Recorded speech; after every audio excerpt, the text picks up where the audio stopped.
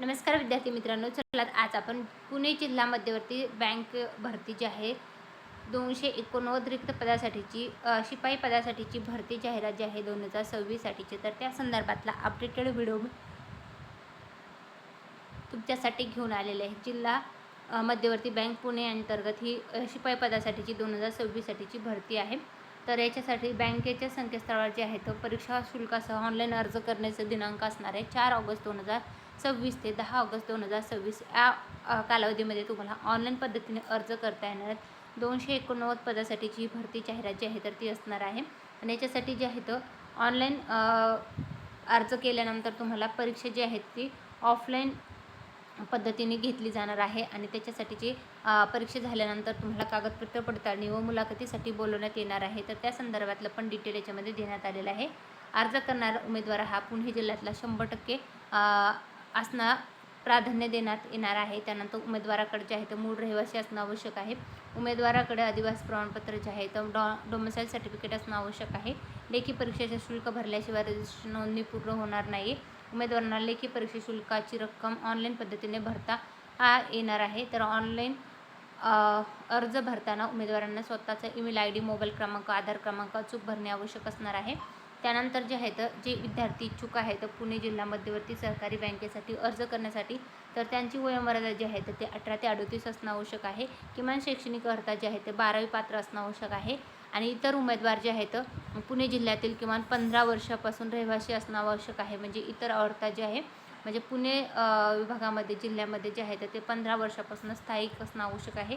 वयोमर्यादा जी आहे तर ती ग्राह्य धरण्यासाठी देण्यात आलेली आहे। बँकेत कंत्राटी तत्वावर नियुक्ती विविध एजन्सीमार्फत सलग एका संस्थेत 1/8/2026 अखेर सलग किमान 3 वर्षे कामकाजाचा अनुभव असलेल्या उमेदवारांना कमाल वयोमर्यादा अट जी आहे तर ती 43 वर्षापर्यंत शिथिल राहील आणि हे वयोमर्यादा डोमिसाईल जे आहे 2018 नंतरचे डोमिसाईल सर्टिफिकेट जे आहे तर ते बंधनकारक असणार आहे। पुणे जिल्हा मध्यवर्ती सहकारी बँकेची भरती प्रक्रिया असणार आहे। अर्ज करण्यासाठीच्या परीक्षा शुल्क जे आहे ते 1650 रुपये असणार आहे। शिपाई पदासाठी निवड होणाऱ्या उमेदवारांसाठी जे आहे तर महिना 12,000 रुपये असणार आहे।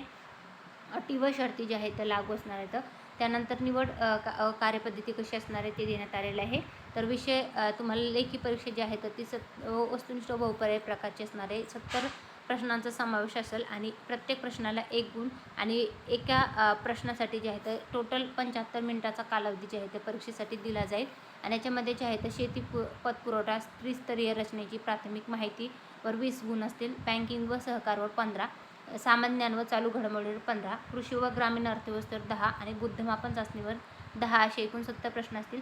कागदपत्र पडताळणी जे आहे तर पात्र झालेल्या उमेदवारांना एकाच 3 या प्रमाणात बोलवण्यात येईल आणि त्यामध्ये जे आहे तर मुलाखतीसाठी बोलवण्यात येणाऱ्या उमेदवारांसाठी जे आहे तर 30 गुणांची मुलाखत जी आहे तर ती लागू असेल।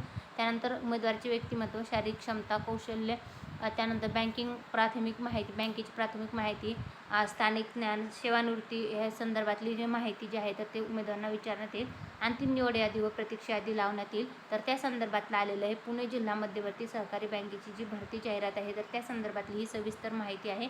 तर तुम्हाला ही संपूर्ण माहिती कशी वाटली ते कमेंटमध्ये नक्की सांगा। व्हिडिओ आवडला असेल तर व्हिडिओ लाईक, चॅनलला सबस्क्राईब करा आणि तुमच्या फ्रेंड्स फॅमिलीपर्यंत व्हिडिओची लिंक शेअर करायला विसरू नका। म्हणजे अशाच प्रकारचे नवनवीन अपडेटेड माहितीचे जाहिरातीचे व्हिडिओ तुम्हाला आपल्या चॅनलवर पाहायला मिळत राहतील। Thanks for the watching.